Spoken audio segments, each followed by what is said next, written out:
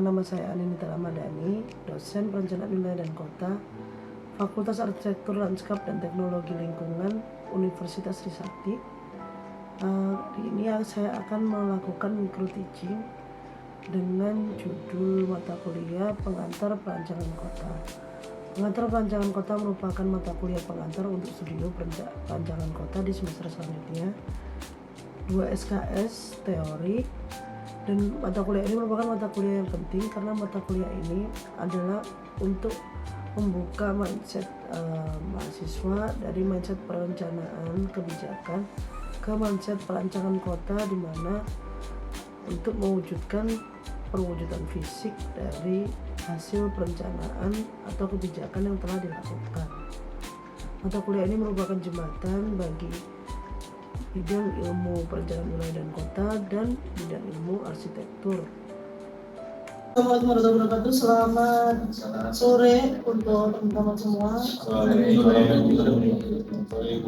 Oke, pertama maaf dulu nih, suara saya lagi begini jadi agak serak-serak. Gak berasa juga sih, serak-serak kering. Cuman ya semoga suaraku bisa nyampe ke belakang, masih kedengaran. Untuk hari ini kita akan memulai mata kuliah pengantar perancangan kota,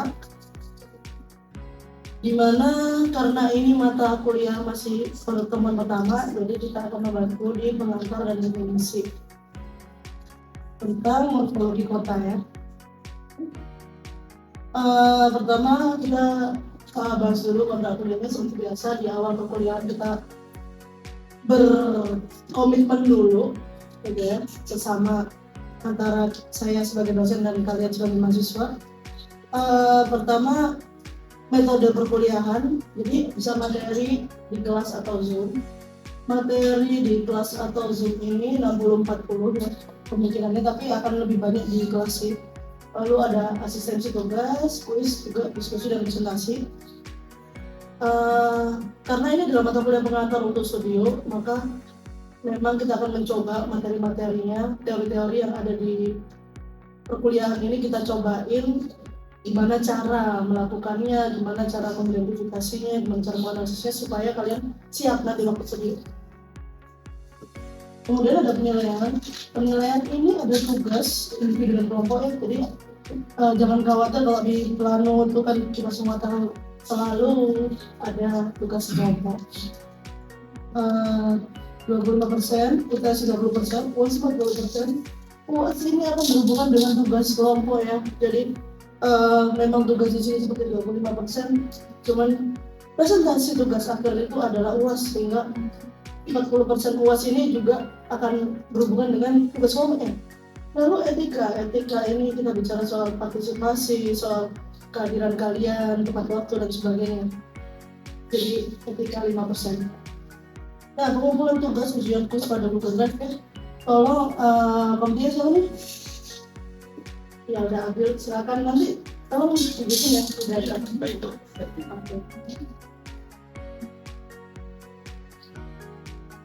Oke, selanjutnya rencana pembelajaran. Apa aja sih materi kuliah kita selama satu semester ini? Satu semester ini sekarang kita lagi di pendahuluan ya, kontrak kuliah dan pengenalan teori perancangan kota. Kemudian nanti ada juga elemen pembentuk kota, perkembangan perancangan kota, lalu studi kasus elemen pembentuk kota, di mana itu akan kalian cobain suatu kota gitu ya. Lalu ada elemen perancangan kota. Elemen perancangan kota kita akan membahas di pengantar ini 3 teori basicnya. Jadi punyanya Pak Harmit Sirvani, Pak Kevin Lins, dan Pak Elder Ranci. Itu adalah 3 teori basic untuk perancangan kota yang kalian harus tahu dulu sebelum kalian terjun ke merancang suatu kota. Jadi ada perbedaan ya, karena biasanya kalian itu adalah perencanaan itu dia sifatnya 2D, skalanya biasanya luas, walaupun memang akan ada skala ke kawasan, tapi dia lebih ke arah hubungan antar guna lahannya gitu ya, program ruang, fungsi-fungsi ruang dan jaringan infrastrukturnya. Nah, kalau di perencanaan kita ngomongin 3D, jadi gimana yang kalian rencanakan itu bentuk fisiknya, jadi gimana dia naik ke 3D-nya. Jadi perancangan bisa kecil, bisa besar skalanya, bisa kawasan, bisa kota. Tapi yang penting adalah waktu kalian merancang, kalian sebagai perancang itu melihat atau memvisi gitu ya, visinya adalah melihat gimana sih nanti dia bentuknya di kota gitu. Itu yang akan membedakan sekali dengan rencana. Setelah kalian dapat ketiga ini, tentunya dicobain studi kasus. Studi kasusnya adalah kawasan aja. Kalian akan pilih kelompok, nanti kalian pilih lokasinya gitu. Lalu kalian cobain untuk 3 teori basic ini. Kalian cari identifikasi dan analisis di lokasi studi yang kalian pilih. Begitu sih. Itu adalah basicnya. Kemudian mungkin kita agak pindah dulu sedikit ya ke RPS secara detail. Jadi tadi itu adalah ringkasan dari apa-apa yang kita pelajari. Tapi kalian harus tahu dulu nih, kalian mau mempelajari ini untuk apa sih? Nah, capaian yang diharapkan dari kalian lulus di mata kuliah pengantar ini adalah mampu menerapkan pemikiran logis, kritis, sistematis, inovatif. Pokoknya kalian harus bisa nih menerapkan teori-teori pengantar perancangan ini secara logis dan juga mengkritisi seperti apa perancangan kota di kota gitu ya. Kemudian menganalisis masalah-masalahnya, menerapkan konsep karena nantinya kalian akan studio, lalu menerapkan norma dan etika. Itu semua sih. Kalau norma dan etika ini semua mata kuliah harusnya. Kemudian ini capaian pembelajaran mata kuliahnya gitu ya. Lalu ini adalah mata kuliah per minggunya. Tadi kan udah disimpulkan, tapi mungkin kalau kalian mau lihat lebih dalam, jadi kita pertama pendahuluan dulu, kemudian tentang morfologi dan dalam bentuk kota. Lalu perkembangan rancang kota itu dibagi dari beberapa era klasik, era medieval, itu eranya kerajaan-kerajaan di Eropa dulu lah. Terus itu ada Renaissance, kemudian industri dan modern.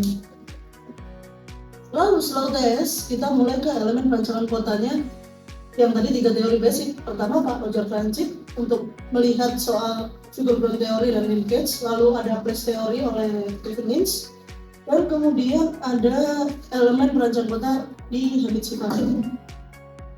Ini semua harus dicoba, makanya di kuliah ke-12 sampai ke 15 ya, itu adalah kalian nyobain dengan studi kasus kalian masing-masing seperti apa melihat figure ground dan membuat petanya, seperti apa mengidentifikasi linkage system, seperti apa mengidentifikasi identitas kota, place teori, kemudian yang terakhir adalah identifikasi elemen pembentuk rancang kotamu dan menemukan potensi masalahnya. UASnya adalah assessment semuanya ya, assessment semuanya. Jadi semua ini kalian ambil kesimpulannya seperti apa perancangan kota di studi kasus kalian ya gitu. Kita kembali. Oke, untuk materi pertama, jadi yang pertama untuk hari ini kita ngomongin tentang morfologi dan elemen bentuk kota. Dengan indikator menjelaskan definisi morfologi kota dan mengenali elemen morfologi kota. Ini dulu nih. Ini, oke. Sebelum kita mulai, biar agak melek nih karena ini sore ya. Ada pertanyaan dikit. Ini tempatnya di Jakarta. Untuk kalian Jakarta ya. Oke. Sebelum kita mencoba mengenali bentuk fisik suatu kawasan, kita kenali dulu kota kita. Yang ini yang mana yang ruang kota, yang mana yang ruang terbuka? Coba ada yang mau jawab? Coba aja dulu. Ya, oke, Abdul, silakan. Ya, untuk ruang terbukanya ini yang hijau ini gitu. Okay. Yang hijau-hijau itu, dan untuk ruang kotanya itu di bagian bangunan-bangunan secara keseluruhan itu ruang kotanya. Oke, kita lihat ya nanti apakah ruang terbuka itu selalu harus hijau atau enggak. Dan ruang kota itu bagaimana sih maksudnya? Tipe bangunannya apa tipe bangunan? Untuk tipe bangunannya perkantoran. Kenapa kok perkantoran? Karena didominasinya sama gedung-gedung yang bertingkat. Oke. Terus di belakang itu bisa dilihat ada yang beda ya. Itu kira-kira bangunan apa tuh bangunan? Pemukiman. Karena bangunannya rapat dan tinggi bangunannya dia cenderung rendah ya. Jadi kalian bisa kebayang kalau itu dari bentuknya aja udah kebayang sebenarnya dia tipe bangunan apa. Oke, pola jalan. Siapa lagi? Iya, boleh jalan. Di sini grid udah cukup jelas ya, nanti akan dibahas lebih lanjut. Grid itu apa? Artinya dia membentuk kota-kota ya. Dan bagaimana jalan menghubungkan ruang kota dan ruang terbuka? Betul. Udah ada yang tahu. Lapangan Banteng. Kenapa lapangan Banteng?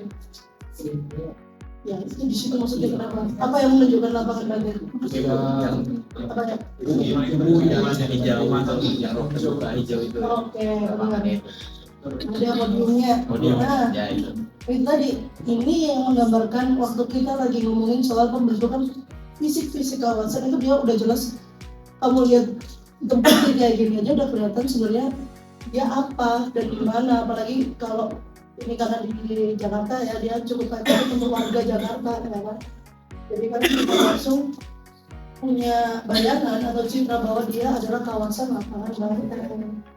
Nah, itu yang kita harapkan ketika kita merancang suatu kota. Ada identitas yang terbayang dari suatu kawasan yang kamu bikin gitu. Nggak generik, nggak ya udah itu sama aja. Kawasannya ini di sini atau di sebelah itu sama aja gitu, kayak di Trisakti sama di Utar sama aja, enggak, dia punya ciri khas, itu yang harusnya muncul gitu. Oke. Nah, jadi tadi itu adalah pembukaan untuk morfologi. Jadi bentuk morfologi dari bahasa kata yaitu morf dan logos ya. Morf itu bentuk, logos ilmu. Jadi dia merupakan pendekatan memahami bentuk logis dari suatu kota sebagai produk perubahan sosiospasial. Jadi adanya morfologi ini adalah bentuk dari suatu perubahan sosiospasial di kota. Jadi apa itu sosiospasial ya, misalnya kamu melakukan aktivitas atau politik, kegiatan-kegiatan politik dari misalnya gubernur kita yang kemarin gitu ya, kepingin membangun ruang terbuka untuk berjalan kaki. Nah, itu keluar kan akhirnya morfonya. Jadi jalan-jalan sekarang ruang berjalan kaki lebih lebar gitu, misalnya di jalan-jalan protokol. Nah, itu maksudnya contoh-contoh ada suatu morfologi yang terbentuk dari bentuk logis dari sosio dan spasial. Ya, yang paling kelihatan IKN karena dia baru dibangun ya, jadi benar dari nol, walaupun dia masih secara konseptual. Kemudian biasanya dia istilahnya ada di sel kota, sel kawasan, dan dia adalah merupakan kesatuan organik elemen pembentuk kota. Nah, biasanya di dalamnya ada lambang-lambang pola ekonomi, sosial, politik, spiritual, dan macam-macam. Jadi apa sih maksudnya kok spiritual? Ingat kayak di Jogja misalnya. Jogja punya sumbu utara dan sumbu selatan, sumbu Merapi, dan sumbunya ke laut ya kan. Nah, itu digambarkan juga di bentuk kotanya gitu. Ada alun-alun, ada keraton, arahnya kemana gitu kan, dia ada garis lurusnya. Kalau kalian pernah ke Taman Sarinya dan sebagainya, dia gitu. Nah, itu yang dimaksud simbol-simbol. Iya, udah ada yang pernah main ke Taman Sari pakai guide. Kalau nggak pakai guide kan nggak diceritain. Sejajar gitu. Iya, dia lurus gitu kan, katanya bisa nembus. Kita ya nggak mungkin nyobain jalan nembus di situ ya, ntar kita nyasar. Tapi dulu itu dia bisa nembus, sehingga dulu tuh kalau raja tuh mau bertapa ke gunung apa ke laut gitu bisa. Kalau sekarang udah ditutup jalannya sih. Cuman itu salah satu bentuk simbolisme yang muncul di bentuk suatu kota. Nah, faktor-faktor yang mempengaruhi perkembangan itu memang kurun waktunya kronologis dan sangat banyak kan. bisa di pengambilan sejarah, gaya bangunan, peraturan, struktur jalan dan sebagainya. Makanya morfologi itu bisa dibilang never ending karena dia ya tumbuh bersama dengan kota, ya bentuknya tumbuh bersama dengan kota. Kayak istilahnya kalau dulu SMA tuh pohon dan kambiumnya gitu, dia melingkari. Jadi nggak ada satu kota zaman sekarang yang punya satu jenis morfologi, nggak ada. Karena ya dia udah tumbuh, kota Jakarta aja udah pindah-pindah pusat berapa kali kan gitu. Apalagi kota yang lebih tua lagi. Oke, kita lanjut. Apa sih yang namanya morfologi kota yang bisa kita lihat? Itu ada pola jalan, tipe bangunan, dan pembangunan. Karena itu yang langsung kelihatan nih. Tadi kayak pola jalan di tipe bangunan yang tadi bisa kelihatan di perkantoran atau di rumah atau sebagainya. Lalu penggunaan lahannya, kalau kalian dari sini sih nggak kelihatan penggunaan lahan ya. Tapi kalau di kenyataannya atau di peta guna lahan yang ada guna lahannya dia kan lebih kelihatan lagi. Cuman dari sini aja kalian udah bisa lihat tadi ada rumahan, ada perkantoran. Tuh. Ini definisi berdasarkan apa tuh ahli-ahli ya. Nah kalau kalian lihat ya emang dia tua karena memang namanya juga definisi. Ini sudah cukup lama ilmu ini itu adalah jembatan antara perencanaan dan arsitektur. Jadi di arsitektur ini juga diajarin gitu perencanaan kota. Lalu dia itu memiliki satu makna khusus dan dia berkaitan dengan tanggapan kendali manusia alias penampilan visual, estetika. Itu penting kalau di perencanaan kota. Lalu dia memberikan pengaturan fisik tadi ya, fisik bangunannya. Dan ini kata Schneider juga bilang dia adalah jembatan dari profesi perencanaan kota dan arsitektur. Pierre Merlin juga. Lalu Andi Suswanto ini juga bilang gitu. Jadi intinya gini, sebenarnya perencanaan itu kenapa dibilang jembatan? Karena arsitek itu biasanya dia mikirin satu bangunan secara unik gitu kan. Bangunan ini bagus, bangunan itu bagus, tapi dia nggak harmoni dalam satu koridor gitu. Jadi kayak dia sendiri-sendiri. Sedangkan PWK itu memikirkan dari fungsi biasanya. Kalau kalian maksudnya lihat perencanaan itu sebenarnya dia ngeliat secara fungsional, dia mikirin satu kawasan gede. Tapi seperti apa ngerasainnya waktu kalian bilang jalan pedestrian way harus tersambung gitu, atau bangunannya harus nyaman gitu kan? Nggak tahu di PWK, karena PWK belum mikir dari sampai sisi orangnya ngerasain jalan koridor di Trisakti misalnya. Nggak ada di PWK koridor Trisakti bentuknya harus kayak gimana biar kalian bisa kebayang ini loh ruangnya Valtel gitu. Oh ternyata harusnya ada misalnya simbolisme atau identitas warna hijau. Hijau Valtel maksudnya. Kayak di sini kan, kalau di sini udah ada nih hijau Valtel. Iya. Tapi kalau dulu kan, kalau di bawah nggak ada. Dan di bawah dulu sebelum diedit, sebelum direnovasi, kalian sulit nggak nyari tuh Valtel? Sulit. Ya kan dia kayak hidden gitu loh. Iya. Nggak kelihatan gitu kan. Karena nggak ada identitasnya, dan itu kalau di perencanaan kota kita mungkin warnain tuh ini ruangnya Valtel gitu, tapi kita nggak bayangkan orangnya sendiri merasakan waktu di jalan itu gimana ya melihat ke kanan dan ke kiri signage-nya dan apa tuh untuk melihat langsung tempat ini Valtel loh, atau tempat ini udah punyanya FEB loh atau punya FH gitu kan gitu. Jadi maksudnya kenapa dia jadi jembatan? Karena dia di tengah-tengah dia masih memikirkan luasan gitu ya, satu kawasan yang besar, tapi dia juga udah memikirkan gimana orang ngerasain. Kalau kayak gitu biasanya kan arsitek yang mikir ini alur jalan kakinya kayak gimana, bangunan kursi kayak gimana. Bahkan di arsitek dia mikirin nih orang di halte kursinya dibikin jangan enak-enak banget biar apa? Biar orang nggak tidur di situ. Kalau kalian tahu itu namanya harsh arsitektur ya, dia memang sengaja gitu bikin kursinya garis aja gitu kan, biar nggak enak. Nah itu kan arsitek. Nah kalau kita di tengah-tengahnya itu di perencanaan, kita masih ngomongin secara kawasan kan, tapi udah mikirin gimana rasanya orang yang jalan di kawasan yang kamu rencanakan gitu.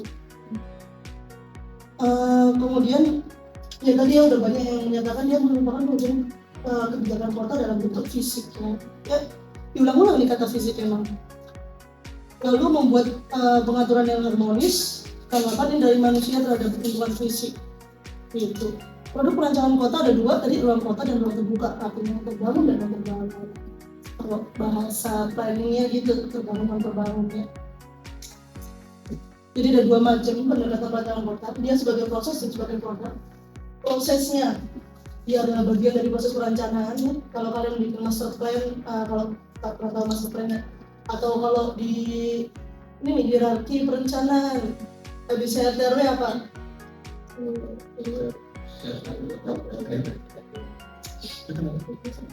Bukan dong PJM kebijakan negara kita produk atau yang di belakang habis RTRW apa? DTR, habis DTR apa? TBL. Ya, dan biasanya posisinya di RTBL atau master plan. Karena di RTBL atau master plan itu yang kelihatan bentuk dan bentuknya itu sebagai proses. Jadi dia bagian dari proses perencanaan. Jadi jangan kalau kita ngomongin perencanaan ternyata udah pakai atributnya perencanaan doang. Enggak, ya perencanaan tetap dilakukan. Merencanakan guna lahan tetap, merencanakan struktur ruang tetap. Tapi selanjutnya gimana bentuk fisiknya gitu. Itu sebagai proses.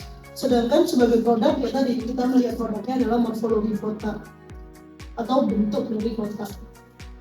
Ini ya. Kira-kira kalau digambarin secara proses gini lah. Perencanaan kota dulu, analisis dulu, menghasilkan kebijakan, habis itu guideline fisiknya seperti apa di perencanaan kota, habis itu bangunannya seperti apa di arsitektur. Tuh. Oke.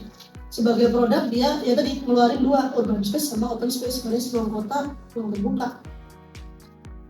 Dan ketika kita ngomong ruang kota dan ruang terbuka, udah bukan ngomongin soal dia warnanya hijau doang, RTH gitu, bukan. Tapi RTH-nya bentuknya gimana tadi kayak tamannya taman aktif apa taman cuma buat duduk atau taman cuma buat lewat kan gitu.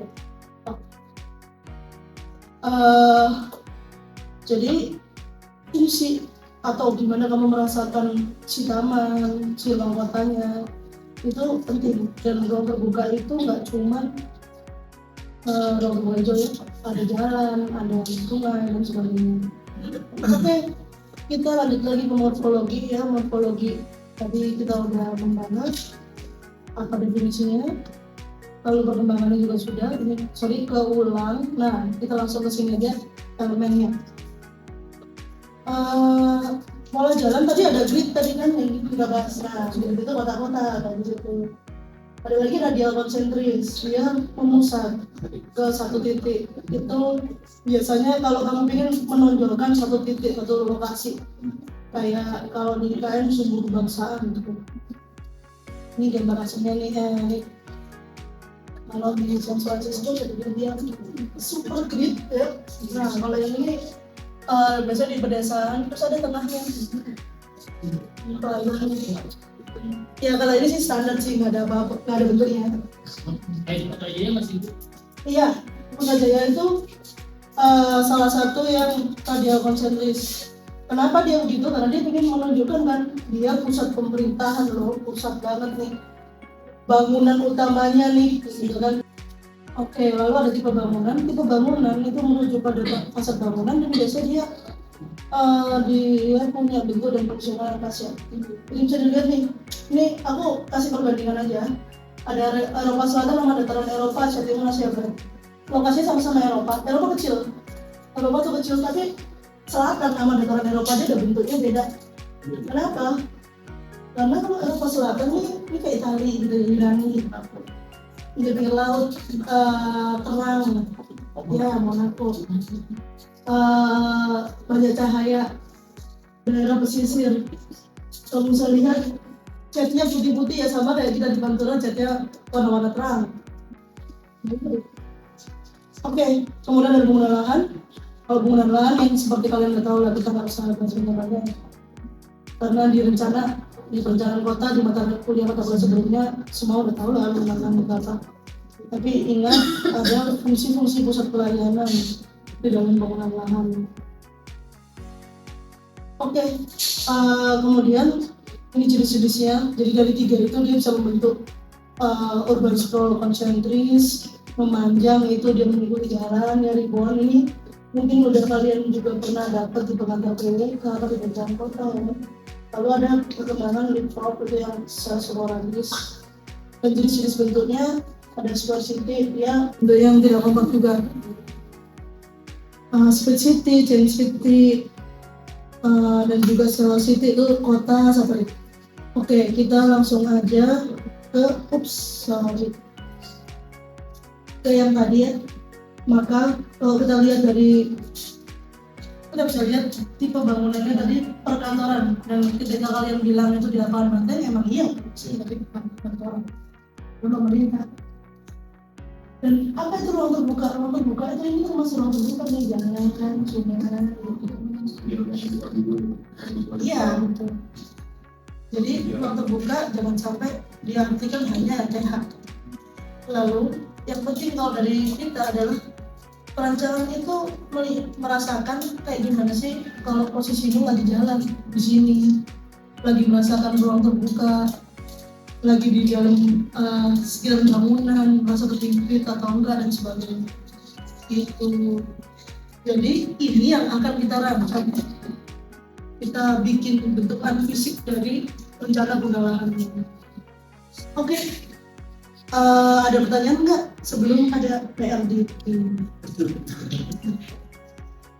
Ayo, silakan. Ya, boleh. Jadi bertanya berkaitan dengan pola jalan tadi. Tadi pembahasan mengenai salah satunya ada pola jalan.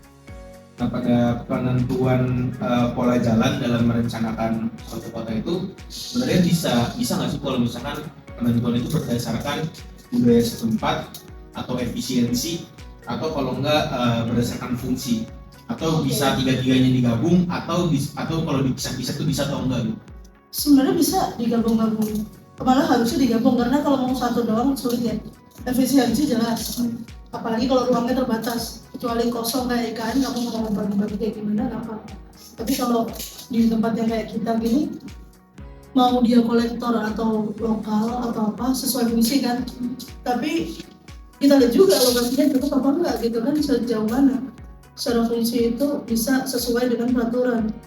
Nah kalau emang nggak bisa, minimal dia bisa ada melakukan fungsi utamanya gitu ya. Kalau dia harus menghubungkan antara dua kawasan gitu, ya artinya dia butuh berapa lajur, berapa jalur dan sebagainya.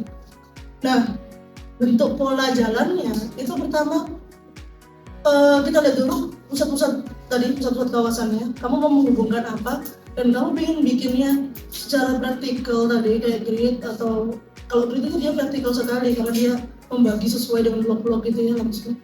Atau kamu pengen tadi menonjolkan satu tempat yang kamu pengen jadi pusat, bikin radial, boleh. Atau kamu mau bikin organik aja, ngikutin jalannya gitu, ngikutin cara muterin gunung, ngikutin rumah-rumahnya yang udah ada, boleh juga gitu, tergantung kebutuhan.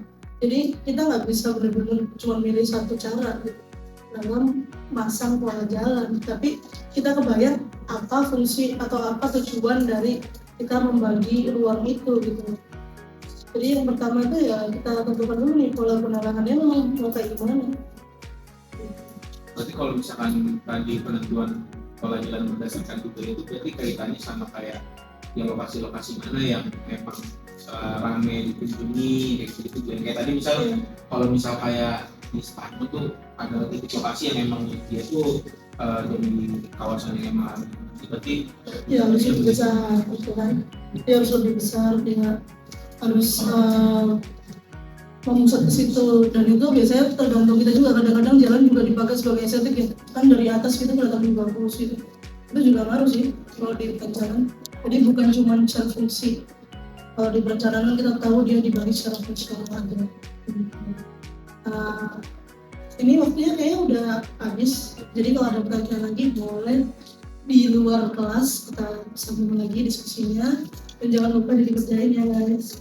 minggu depan kita bahas ini. Oke, terima kasih semuanya dari tempat dari ini. Assalamualaikum warahmatullahi wabarakatuh. Waalaikumsalam.